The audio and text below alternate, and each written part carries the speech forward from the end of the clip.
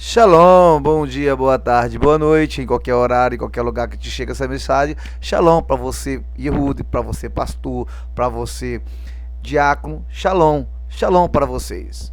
O programa de hoje é o programa Bereshit, que tem por princípio passar princípios para vocês, e nós vamos falar de Yehusef José, o filho de Jacó, o sumo sacerdote.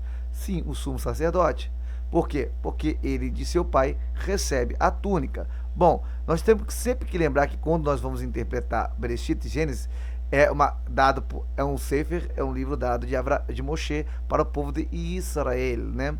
E Israel é um povo que tinha acabado de dominar, tinha saído de Mitzrayim do Egito, e eles tinham que ter propriedade como nação, como religião, que nação é religião e religião é nação. Bota-se na cabeça de vocês, não separa religião de nação nem nação de religião, senão fica difícil. Se você crê no Eloar de Israel, você é israelita. Se você crê no Eloar dos cananitas, você é cananita, né? Então é assim que funciona. Então o que acontece? Yaakov dá uma túnica de várias cores para o seu filho, ou seja, ele vai ser o sumo sacerdote, entendeu? Ele é o sumo sacerdote. O sumo sacerdote, ele tem essa questão, entendeu? Então, ele vai, você pode comparar, então seus irmãos eram sacerdotes e ele era sumo sacerdote. Isso nós entendemos que a Torá estava lá desde o começo, entendeu? E, para confirmar, olha o que acontece. O seu filho tem um sonho que 11 estrelas, a luz e o sol se inclinam perante ele, né? E ele tem um sonho onde os 11 feixes se inclinam para o dele, que eram os seus irmãos, né? E você vai vendo que ele vai e comete um erro, conta para os seus irmãos. Seus irmãos eram pessoas não tão preparadas naquele momento, e você vai ver que começa a acontecer certas discussões. Tanto que nem seu pai, Yaakov, estava preparado para aquela mensagem, mas ficou naquela, mas também não estava preparado. Mas isso ia dizer que o Yaakov, ele sabia que tinha tido grande revelação e se inclinar para ele, né? Poderia parecer uma soberba. Tinha recebido aqui a túnica sacerdotal, ele seria o sumo sacerdote, ia estar acima dos seus irmãos. Como é que fica na cabeça, né? Será que não subiu a cabeça? Nisso, os seus irmãos, ele falava para o seu pai uma fama negativa, né? E isso, o que as pessoas talvez não saibam, isso prova que Yehusef também não era tão espiritual. Tanto que ele não era tão espiritual assim, que ele começa a falar Lashon Hará dos irmãos. Os irmãos se aborrecem, né? E pega ele, joga ele numa cisterna, e naquele momento teve um momento difícil da vida dele. E aí você vai ver que quando você pega esses locais, tem sempre escorpiões, cobra, porque não tem água. Toda cisterna seca é um problema, né? E você vai ver que isso é uma coisa que acontece muito com as pessoas que não tem. E aí aí pega ele, o vende para pessoas estrangeiras, né? Que isso foi uma coisa que aborreceu demais, né? E levou ele para que levou ele em cativeiro para Mitzrayim, para o Egito, né? No meio dessa história, né, se passa também um pouquinho, né, a história de Jacó não, Yehudá e sua nora, que tem Yehudá pede dois filhos, pede filhos para ela, né? E ele fica com medo de ir lá e trazer o filho de volta para dar outro filho, porque se um filho não gerou filhos, ela tem que dar outro. Se outro gerou filhos, tem que dar outro. E essa é só uma história. Foram 3 filhos, se não me engano, que morreu, né? Então o que aconteceu? Ele não queria dar o terceiro. E isso prova que era uma coisa da Torá. Se o seu irmão mais velho seu irmão mais velho não der filhos, alguém tem que ir lá sustentar a descendência, porque é ele que vai levar à frente, né? E o que acontece nessas circunstâncias, ele não dá um filho para ela. O que acontece quando ele vai atrás, vai passar em um local para ir, ela se veste prostituta, e tem uma relação com ele, pega o seu cajado, o seu brasão, e quando o povo descobre que ela está grávida, o próprio Yehudá manda apedrejá-la. Depois ele descobre que ele estava errado também, e é uma coisa que nós pensamos sobre a Torá. Ou seja, ninguém pode ser apedrejado simplesmente porque adulterou. Tem que ter toda uma circunstância. Olha o que a Torá demonstra. Então essa história de quando o Mashiach não apedrejou a mulher porque ele foi contra a Torá, não, é que ele estava demonstrando que a pessoa não estava em circunstância para ser apedrejado. Entendeu? Então a Torá não é bem assim que se coloca em prática. Vamos voltar a Yerussef, a José, que é um princípio que nós temos que entender, tá? Vou voltar rapidinho. Não se interpreta a Torá de uma forma nua e crua, isso não existe, sem contextualizar, tá? Isso prova, por tradição oral, que não se pode sair apedrejando alguém. Descobriu, você tem que ver a circunstância, entendeu? Jacó e Yehudá, você pode até criticar ele, mas ele já tinha pedido 3 filhos com ela. Você também não teria medo? Grande homem era Yehudá, mas errou. Mas não é porque ele errou, ele não deixou de ser um grande homem. Tanto que ele assumiu ela como mulher, né? E dela também veio Mashiach. Que maravilha, né?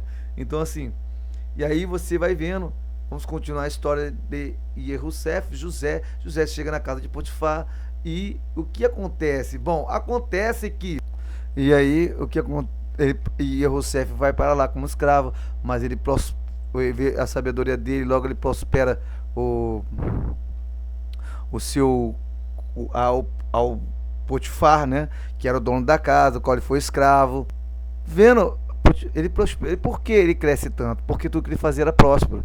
E Potifar viu isso, viu que Yehuvé era com ele. Ou seja, o texto diz isso. Ou seja, não existe prosperidade sem Eloar, né? A prosperidade é coisa dele, entendeu? Então nisso a gente vai vendo que a Torá é o meio de prosperidade, de bênção, né? E aí tem um caso em que a esposa de Potifar o deseja, ele não aceita, depois ele é preso. Isso significa o quê? Que naturalmente Potifar viu que ele era de certa forma inocente, mas era uma questão política, não assumir que a mulher era adúltera, né? Tem essa questão, né? Só por saber que Yerussef foi preso, naturalmente alguma coisa aconteceu, ele devia mais ou menos perceber que a mulher não era uma de confiança. E aí ele fica lá, né? E lá ele conhece 2 pessoas, né? E que um era o padeiro, o qual teve um sonho, né? E o outro era o copeiro, né? Os 2 teve um sonho. Quem teve o copeiro teve um sonho de uma ostra esmagada, colocada lá no copo, e ele tomou. E o sonho disse que ele voltaria a servir dentro de 3 dias, né? Acho que era 3 uvas, né? O que aconteceu foi que ele disse que voltaria dentro de 3 dias, uma semana, não lembro direito exatamente, mas a base que a gente tem que ter é essa. E depois veio o padeiro, teve aquela questão do pão na cabeça dele, e ele disse que o padeiro vai morrer, e tudo isso sucede. Para a surpresa, ele tinha falado para a presa que não se esquecesse dele, quando estivesse lá na casa de Faraó. Mas o que aconteceu? Se esqueceram dele. E isso é uma coisa terrível. Mas, depois, o Faraó tem um sonho, e aí ele é falado que tinha um homem que revelava sonhos, né? E ele viu 7 vacas magras, comido por 7 vacas mortas, e viu 7 espigas de vírias boas sendo trocadas, sendo devoradas por 7 espigas velhas. Então, o que acontece? Ele chama Yerussef. Bom, Yerussef é levado na presença de Faraó, né? E naturalmente ele é reconhecido, né?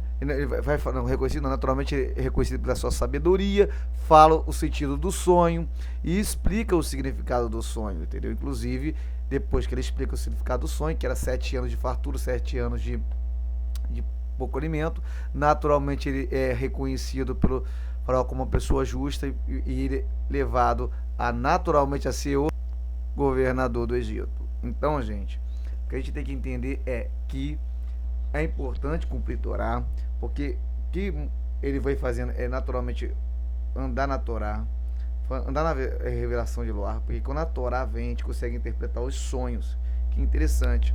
E você vê que ele não deveria ser o sumo sacerdote deveria ser o seu filho mais velho, Reuven, mas foi para ele porque ele naturalmente praticava mais a Torá, mas ele teve um erro de não cumprir Torá porque ele falou mal dos seus irmãos. Nem todos, falou dos filhos de Bila e da outra serva, né? Então, ele foi falar mal dos irmãos, fazer mal, língua má, por si que os irmãos se iraram com ele, entendeu? E isso nos remete a uma importante entendimento, sabedoria, princípio. Um princípio de que nós temos que praticar a Torá, que falar mal dos outros é um problema. que e respeitar as circunstâncias. Ele já tinha recebido coisas que os irmãos não tinham recebido e queria naturalmente falou mal dos irmãos. Foi falar mal dos irmãos. Eles não eram pessoas mais justas do mundo, mas também não eram pessoas assim. Você imagina você ser um sacerdote, tudo bem que eles já tinham errado na vida, tinham feito coisa errada, mas você faz na língua mar deles. Eles tinham lá os seus defeitos, sim, tinham. Mas isso não dá direito de ninguém falar nada de ninguém. O que estava acontecendo ali é que eles já não eram tão espiritual, os mais velhos, né? Ele falou mal das duas, dos filhos da. Ele andava com os dois filhos de Bilá e de Zípora, né? Os filhos dela, que era Dam, né? Que era Aser, né? E que eram os outros filhos que também que era não, Naftali, né? Gad, que naturalmente o que estava mais aborrecendo, por isso que quem intercede por eles geralmente é Rubens e Judá, né? Que não era filho das escravas, né? Isso é importante a gente entender. Mas o que aconteceu, esse é o problema de ter se casado com mulheres escravas, gerou filhos complicados. Dan, por exemplo, a tribo dele vai desaparecer, né? E assim sucessivamente. Mas no fato que isso não justifica, né? Não justifica uma pessoa andar errado. Bom, shalom para vocês. Se inscreva no canal, dê um joinha, participe do canal, divulgue o vídeo para que as pessoas possam saber disso. Que essa é a história, é contar sobre a lei, sobre a Torá, que isso já existia, essa religião existia, que Moshe quis passar isso. Se não, querido, nós temos uma religião, isso aí não é a primeira religião do mundo, ela é falsa e é assim que funciona. Ou crê na escritura ou crê na ciência, tá bom? Shalom para vocês, shalom!